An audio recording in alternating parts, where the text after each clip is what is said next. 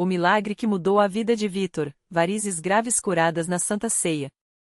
Vitor Oliveira tinha 42 anos quando as dores nas pernas se tornaram insuportáveis. Trabalhador incansável, ele passava mais de 10 horas por dia em pé, como gerente de uma pequena mercearia no bairro de Vila Matilde, em São Paulo. Há anos, as varizes grossas e escuras serpenteavam suas pernas, causando inchaço, queimação e, nas últimas semanas, até sangramentos. Os médicos eram claros: sem uma cirurgia de urgência, ele corria risco de trombose ou até de perder a mobilidade. Mas Vitor não tinha como pagar o procedimento. O plano de saúde básico que possuía não cobria o tratamento, e as economias da família tinham sido consumidas pelas consultas e remédios que mal aliviavam a dor. Doutor, o que eu faço? Perguntou, desesperado, na última consulta. Você precisa operar logo, Vitor. Senão, as veias podem estourar ou formar coágulos. Mas a fila pelo SUS é longa, e particular. O médico fez uma pausa, olhando para os papéis. Custa uns R$ 8.000. R$ 8.000. Era mais do que ele ganhava em 6 meses. Ao sair do consultório, Vitor sentou no banco da praça em frente ao hospital e chorou. Não pela dor física, embora ela fosse excruciante, mas pela vergonha de não conseguir sustentar a família. Sua esposa, Ana, já trabalhava como diarista para ajudar nas contas, e a filha mais nova, Sofia, de 12 anos, precisava de material escolar. Como eu vou dizer para elas que não tenho saída? Foi então que, no mesmo banco, uma senhora de cabelos grisalhos e sorriso tranquilo sentou-se ao seu lado. Filho, você parece muito abatido. Posso orar por você? Perguntou, com uma voz firme, mas cheia de compaixão. Vitor olhou para ela, surpreso. Não era comum estranhos oferecerem ajuda assim. Obrigado, dona, mas acho que nem Deus pode me ajudar agora. Respondeu, amargurado. A senhora, que se apresentou como Dona Maria, não se abalou. Deus pode tudo, meu filho. Eu já vi coisas que nem a medicina explica. Venha comigo domingo na Igreja Universal. Lá, você vai ver o poder de Deus. Ela anotou o endereço em um papel e o colocou em sua mão. Às 10 horas. Não falte.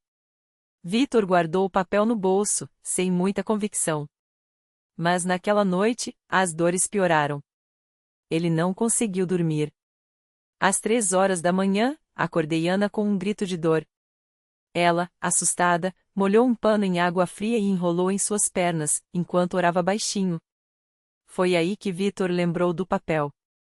Ana, acho que vou tentar essa igreja. Disse, mais para si mesmo do que para ela. Se tem uma chance, a gente tem que agarrar, amor. Ela respondeu, com lágrimas nos olhos. O primeiro passo na fé. No domingo seguinte, Vitor entrou na Igreja Universal do Reino de Deus com as pernas latejando e o coração pesado. O templo estava cheio, com pessoas cantando louvores com entusiasmo. Ele se sentou no fundo, observando tudo com desconfiança. Até que o pastor subiu ao púlpito e começou a falar sobre fé que move montanhas. Deus não olha para o seu problema, ele olha para a sua fé. Disse o pastor, com uma autoridade que fez Vitor prestar atenção. Hoje é dia de Santa Ceia, e Jesus está aqui para curar, libertar e abençoar.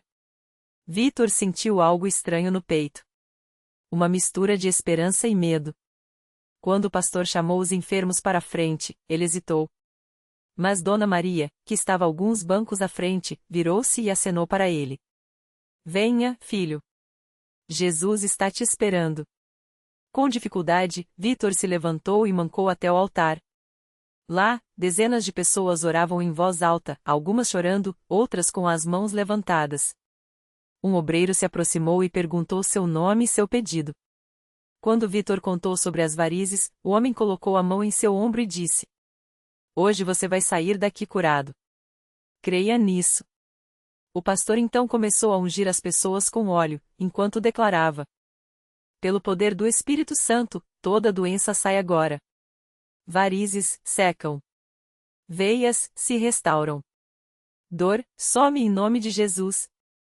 Vitor fechou os olhos e sentiu as mãos do pastor em sua cabeça. Uma corrente elétrica pareceu percorrer seu corpo. Ele não sentiu a cura naquele exato momento, mas algo dentro dele mudou. Talvez Deus esteja ouvindo. A corrente de oração e a fogueira santa. Nos dias seguintes, Vitor voltou à igreja. Participou da corrente de oração das 7 horas, onde pessoas se reuniam para clamar a Deus antes do trabalho.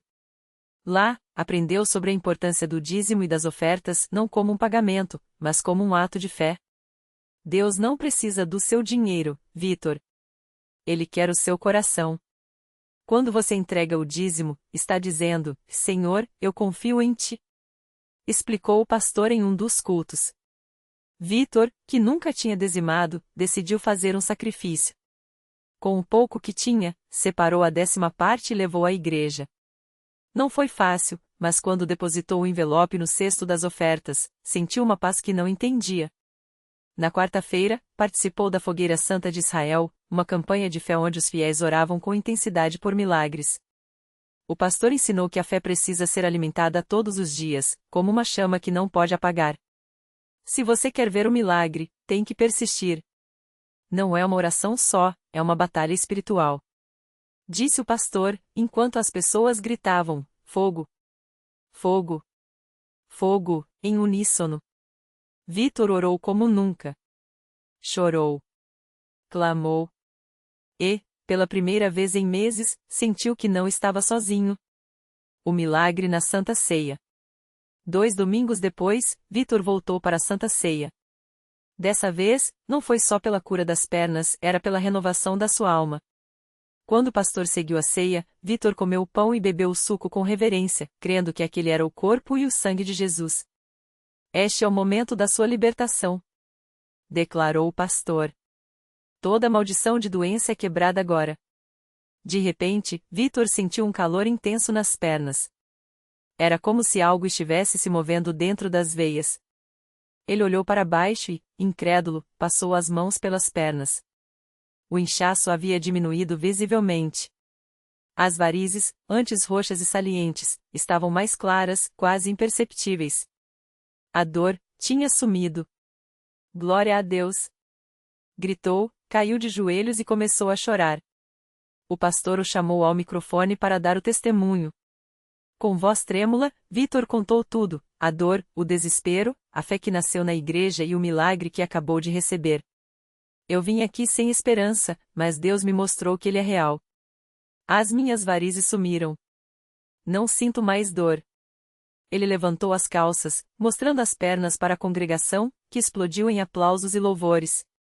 Dona Maria, lá na frente, chorava de alegria.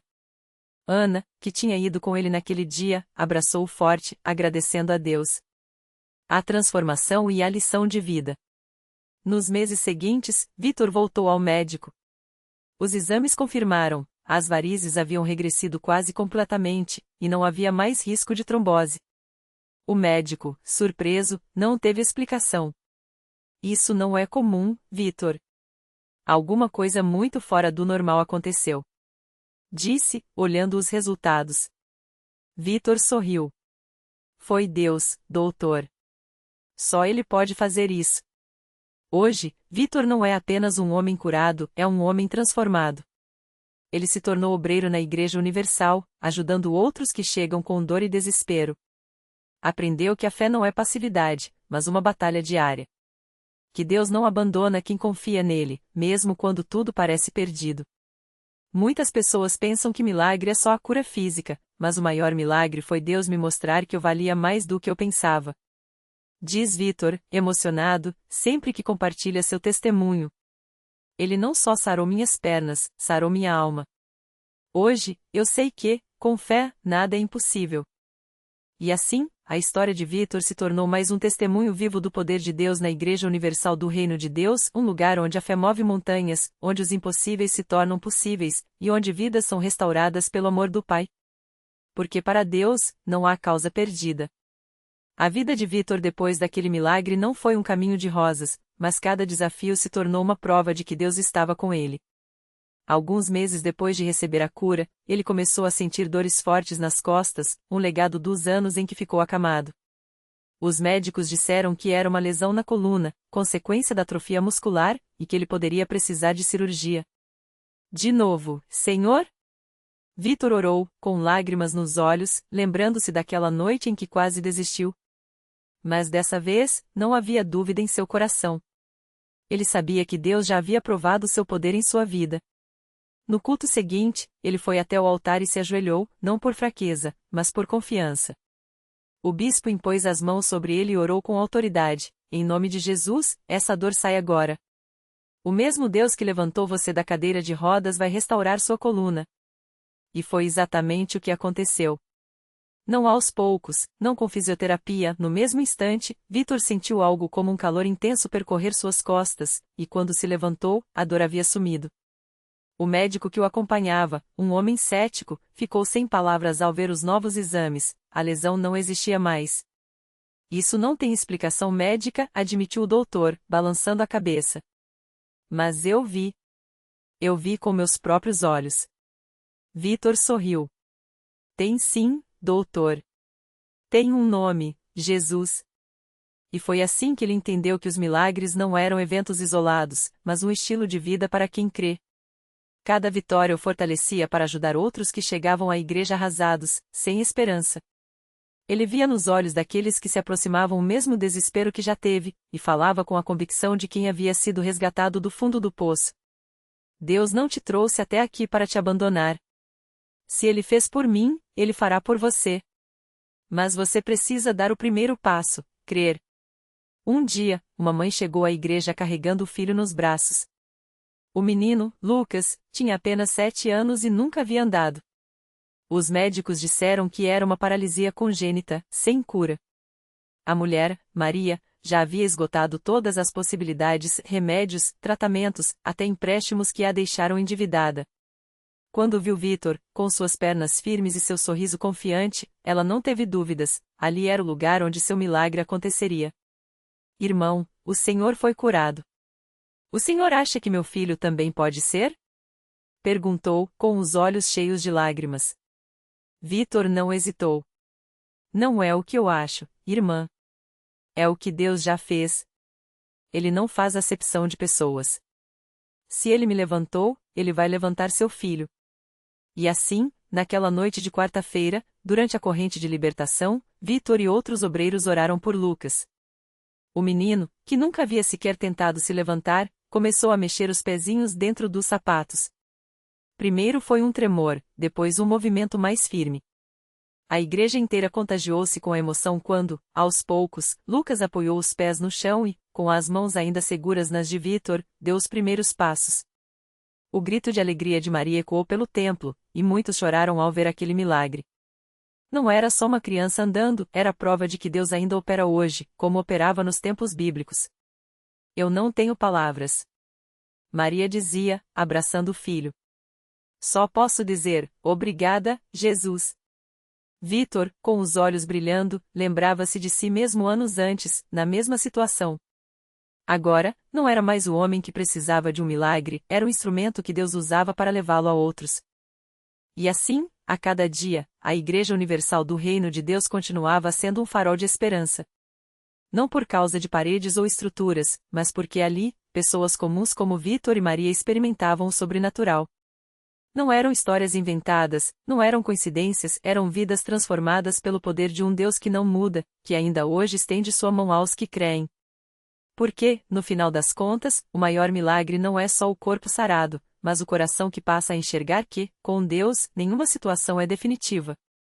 Nenhuma dor é para sempre. Nenhuma cadeira de rodas, nenhuma dívida, nenhum diagnóstico tem a última palavra. A última palavra sempre será dele. E ele diz: levanta-te.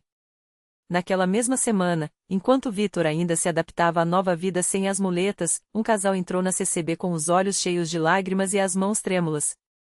Era João e Ana, pais de um menino de 7 anos chamado Lucas, que há 3 anos lutava contra uma doença rara que os médicos já haviam desistido de tratar. Os exames mais recentes mostravam que os órgãos do garoto estavam falhando, e a única resposta que recebiam dos especialistas era: preparem-se para o pior. Mas Ana não aceitou aquilo como resposta final. Uma vizinha, que havia sido curada de um problema nas costas após participar de uma corrente de oração na igreja, lhe disse com firmeza: leve seu filho para a CCB. Lá, Deus ainda opera milagres. João, que sempre foi cético, resistiu no início, mas o desespero falava mais alto. Não temos mais nada a perder, ele concordou, com a voz embargada. Quando chegaram, foram recebidos por um obreiro que, sem saber da situação, olhou nos olhos deles e disse: Deus tem uma palavra para vocês hoje. Dentro do templo, enquanto o coro entoava hinos de fé, Lucas, fraco e pálido, foi levado até o altar. O pastor impôs as mãos sobre sua cabeça e orou com uma autoridade que fez até os mais incrédulos se emocionarem. Em nome de Jesus, eu determino que este corpo seja restaurado. Que cada célula doente seja substituída pela saúde do Senhor. Nesse momento, algo inesperado aconteceu. Lucas, que mal conseguia se sentar sozinho há semanas, abriu os olhos de repente e sussurrou: Mãe, estou com fome. Ana quase desmaiou. Era a primeira vez em meses que o filho pedia comida. O pastor, percebendo a comoção, pediu que levassem o menino para casa e voltassem na próxima reunião. Deus começou a obra. Ele vai completá-la, afirmou. 3 dias depois, João e Ana voltaram, mas dessa vez, não carregavam Lucas nos braços. Ele entrou andando, sorrindo, com as bochechas rosadas e os olhos brilhantes. Os exames feitos naquela manhã não mostravam mais nenhum vestígio da doença. Os médicos, atonitos, disseram que era inexplicável. Mas para aquele casal, não havia mistério, era a mão de Deus respondendo à fé que eles, pela primeira vez, haviam colocado inteiramente nele.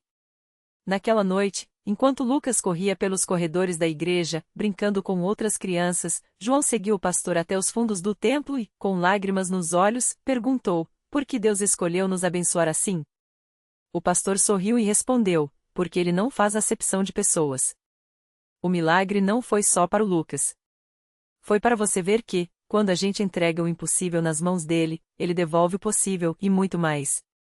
E assim, mais uma história se juntava às tantas outras que ecoavam naquele lugar. Histórias de pessoas que chegaram arrastando dor e saíram carregando testemunhos. Porque na CCB, o sobrenatural não era uma teoria, era uma realidade que se via nos sorrisos, nos abraços apertados, nas lágrimas de gratidão. Deus não havia mudado.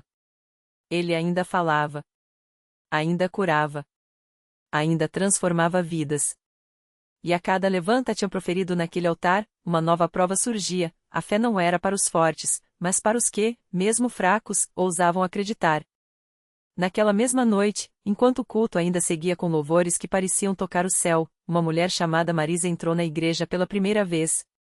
Ela vinha de longe, trazida por uma vizinha que não desistira de convidá-la. Marisa carregava no rosto a marca de anos de luta, um filho viciado em drogas, um casamento desfeito, dívidas que não acabavam mais. Ela tinha ouvido falar de milagres, mas, no fundo, achava que aquelas histórias eram para os outros, nunca para ela. Quando o pastor chamou os que precisavam de um toque de Deus, Marisa hesitou. Suas mãos tremiam. O que eu tenho a perder, pensou, e deu um passo à frente. Não havia palavras bonitas em sua oração, só lágrimas e um pedido quebrado: Senhor, se o Senhor existe mesmo, me ajuda. Eu não aguento mais. O que aconteceu depois, ela nunca conseguiria explicar direito. Enquanto as mãos do pastor repousavam sobre sua cabeça, Marisa sentiu algo como uma corrente elétrica percorrer seu corpo, mas era quente, como se o amor de Deus fosse um fogo que queimava sem consumir. De repente, uma paz tão profunda invadiu seu coração que ela caiu de joelhos, chorando sem conseguir parar. Não eram mais lágrimas de desespero, mas de alívio, como se um peso de anos tivesse sido tirado de suas costas. Naquela mesma hora, a centenas de quilômetros dali, seu filho, que há meses não dava notícias, sentiu um aperto no peito. Sem entender por quê, ele pegou o telefone e discou o número da mãe. Quando Marisa atendeu, ouvindo a voz do filho do outro lado da linha, foi como se o próprio Deus estivesse lhe dizendo: eu ouvi você. Nos dias que seguiram, as coisas começaram a mudar. O filho procurou ajuda, o trabalho apareceu onde não havia mais esperança, e até as dívidas, que pareciam um abismo, começaram a ser resolvidas de maneiras que só podiam ser chamadas de milagrosas. Marisa voltava à igreja toda semana, não mais arrastando seus problemas, mas contando como Deus tinha agido. Ela repetia para quem quisesse ouvir: eu só dei um passo. Deus fez o resto. E assim, como acontecia tantíssimas vezes na CCB, o que começou como um grito de socorro terminou como um cântico de vitória. Porque ali, entre aquelas paredes, as pessoas aprendiam que Deus não olhava para a situação, mas para o coração. Não importava quão grande fosse o problema, se a fé fosse do tamanho de um grão de mostarda, ele agia. E o mais lindo era ver que, a cada vida transformada, outras eram inspiradas a buscar o mesmo Deus. Porque milagre chamava milagre. E a fé, quando verdadeira, era contagiante. Marisa não imaginava que seu testemunho tocaria tantas vidas. Mas foi exatamente o que aconteceu. Uma tarde, enquanto ela compartilhava sua história na reunião de senhoras, uma jovem chamada Ana, que estava sentada no fundo do salão, não conseguia conter as lágrimas. Ela também carregava um fardo pesado. O marido havia sido demitido havia meses, as contas se acumulavam e a desesperança já tinha se instalado em seu coração. Se Deus fez por ela, será que pode fazer por mim também? Pensou, enxugando o rosto com as mãos trêmulas. No final da reunião, Ana se aproximou de Marisa com os olhos cheios de dúvida e esperança. Irmã, como eu faço para ter essa fé que a senhora tem? Marisa sorriu, colocou a mão em seu ombro e disse com voz firme: Minha filha, você não precisa ter fé do tamanho do mundo. Só precisa dar o primeiro passo, como eu dei. Venha na próxima campanha de jejum e oração. Deus vai te encontrar lá. Ana aceitou o convite, mesmo com o coração apertado. Na primeira noite da campanha, enquanto o pastor orava pelos necessitados, ela se ajoelhou no altar e derramou tudo diante de Deus: o medo, a vergonha, a sensação de fracasso. Não foram palavras bonitas, foram lágrimas e suspiros. Mas foi suficiente. 3 dias depois, enquanto Ana voltava para casa depois de mais uma noite de oração, o celular tocou. Era uma empresa onde seu marido havia se candidatado meses atrás, mas nunca tinha recebido resposta. Nós gostaríamos de marcá-lo para uma entrevista amanhã, disse a voz do outro lado da linha. Ana quase deixou o telefone cair. Na mesma semana, ele foi contratado, com um salário melhor do que o anterior. Quando ela voltou à igreja no domingo seguinte, não conseguiu esperar o culto acabar para contar. Correu até Marisa, abraçou-a forte e disse entre lágrimas: É verdade, irmã. Deus ouve. Ele viu a minha aflição. E assim, como Marisa, Ana também começou a testemunhar. Sua história se espalhou, e outras pessoas que estavam em situações semelhantes passaram a acreditar que podiam, sim, ter um final diferente. O pastor, ao ver aquele movimento de fé, sempre dizia: Isso aqui não é obra nossa, não. É o Espírito Santo agindo. Quando uma pessoa se entrega de verdade, Deus move céus e terra por ela. E era assim que a CCB se tornava, cada vez mais, um lugar onde os impossíveis viravam possíveis. Porque milagre mesmo não era só a resposta, mas a mudança que acontecia dentro das pessoas. Marisa, que antes vivia amargurada, agora sorria com facilidade. Ana, que antes se escondia do mundo, agora abria a Bíblia com confiança. E assim, como uma corrente, a fé ia passando de mão em mão, de coração em coração. E o mais bonito era que ninguém saía dali do mesmo jeito que entrou. Sempre levava algo a mais, esperança. Porque na CCB, as pessoas aprendiam que Deus não só via suas lutas, como estava pronto para transformá-las em vitórias. Basta acreditar. Basta dar o primeiro passo. E então veio o milagre que selou tudo. Era uma sexta-feira à noite, quando o pastor convidou a igreja a orar por Jorge, um homem que há anos arrastava uma doença considerada incurável pelos médicos.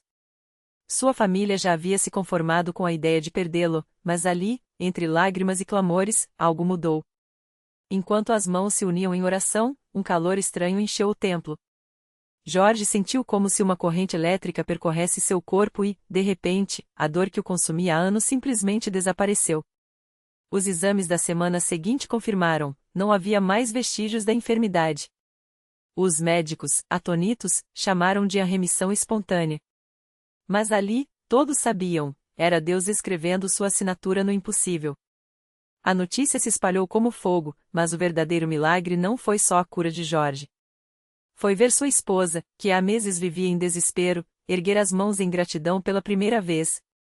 Foi ouvir seu filho adolescente, que havia se afastado da fé, murmurar: talvez Deus exista mesmo.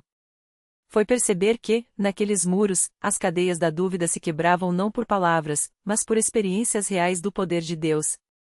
Porque milagre, no fim, não é só o que vemos, é o que nos transforma.